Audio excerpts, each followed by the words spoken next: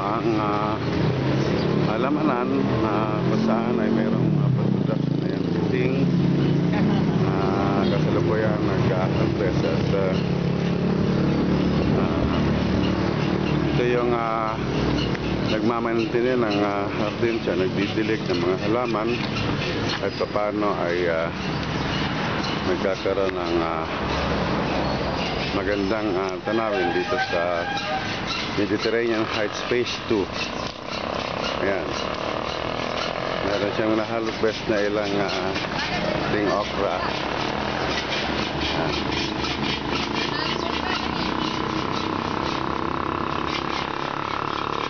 Labas naman po tayo dito para makita natin. Ito, natin pagkakaan sa bawat sa kabuuan ay kailan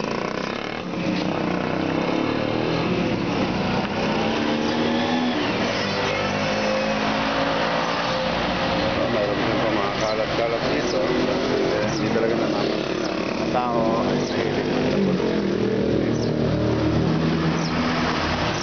Sila natututo. So, kailangan maunawaan nila ang pagmantili ng kalinisan. Ito po, maraming kalat dito. At nakikita natin na ito paano ay minamantili itong lugar upang magkaroon ng ayos na direksyon. Kalinisan.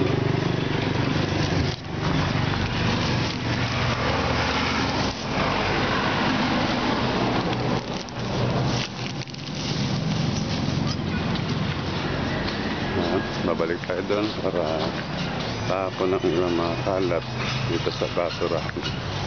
Kaya talaga maunawa ng mga tao ang kalagahan ng kalinisan dahil ito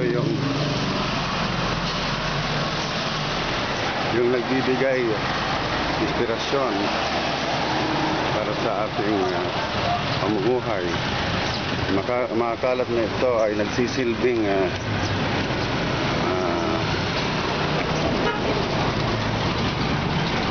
mantsa ng ating lipunan upang pagpapatuloy ay nakikita natin ang kawalan ng pagkakaunawa ng mga tao sa kanilang kapaligiran. Naapektado rin naman sila ang kanilang tao at pamumuhay, direksyon ng pagpuntas ay patuloy silang nagkakalat. Kaya paano natin masasabing uunlad ang isang lipunan kung yung mismong kalinisan ay hindi nila nabibigyan ng pangunawa at makita ang kahalagahan nito sa kanilang buhay. Ito po ang gate ng Mediterranean Heights Phase 2. Kung sana makikita natin ang isang komunidad rin. Kaya meron pong paintings dito para maunawaan ng mga tao na mahalaga sa ayos ang ating kapaligiran. Dito natin ang mga kalat. Ayan. May painting rin. Ito ang isang siniranan na dapat natin tuunan ng pansin ng ating pamalahan ng mga barangay.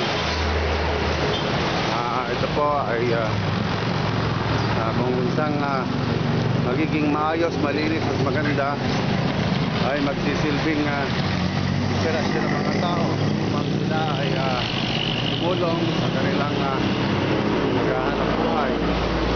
Kaya mahalaga po mga kaibigan na maunawaan natin ang kalinisan sa ating kapaligiran. Ayan, dito natin ang linis, patuloy. Ito yung ating mga kaibigan ng mga driver. Diyan na maunawaan. Nakakalimutan yan ang pagtapon ng basura, ang hindi pagkuha ng basura. Dapat po talagang maging malinis ang ating kapaligiran. Oo, talaga. Drive mo na, Megan. Kailangan ang basura galing dito sa Abatex. Ay hindi pa rin hinahakot. Sa oras na. Alas 9 Gs. dapat isinasayos ng ating pamahalaan itong kapaligiran natin. Nang sa ganun ay maging malinis at maayos naman. Tayo ay nagtatrabaho araw-araw upang sa ganun ay ang proseso ng pag-unlad ay matungo natin. Subalit, pag nakikita natin ang ganitong mga dumi sa ating paligid, paano tayo mabibigyan ng inspirasyon upang umunlad? Kaya napakahalaga na mabigyan ng maayos na tapunan ng basura. Tama po ba, mga kababayan? May tama kayo dyan, may tama kayo. Okay. At sa ganon, ang ating paligid ay mapanatiling malinis. Okay. Yan po. Yan po yung dapat maunawaan ng ating pamahalaan na mamantini ang paglilinis ng kapaligiran. Ang sa gayon, ang ating mga mamayan ay magkaroon naman ng inspirasyon na magpatuloy sa pagtulong para sa kaunlaran. Sa pong lugar na to ay bakod ng Mediterranean Heights Phase 2. Kaya nga po, kung hindi na-inspire ang ating mga kababayan, paano makikita natin ang pag-unlad kung yung ating mismong paligid ay madumi. Kaya dapat maunawaan ito at may sagawa ang kalinisan para sa lugar na ito. Tama po ba? Kaibigan. Ayan. Okay. Maraming salamat po. Sana ay mabigyan ng maayos na basurahan itong ating kapaligiran. Sa ganoon naman, ang kagandahan ay ating makita. Diba? At yung ating mga mamayan ay may maayos na pag-asa sa kanilang pamumuhay.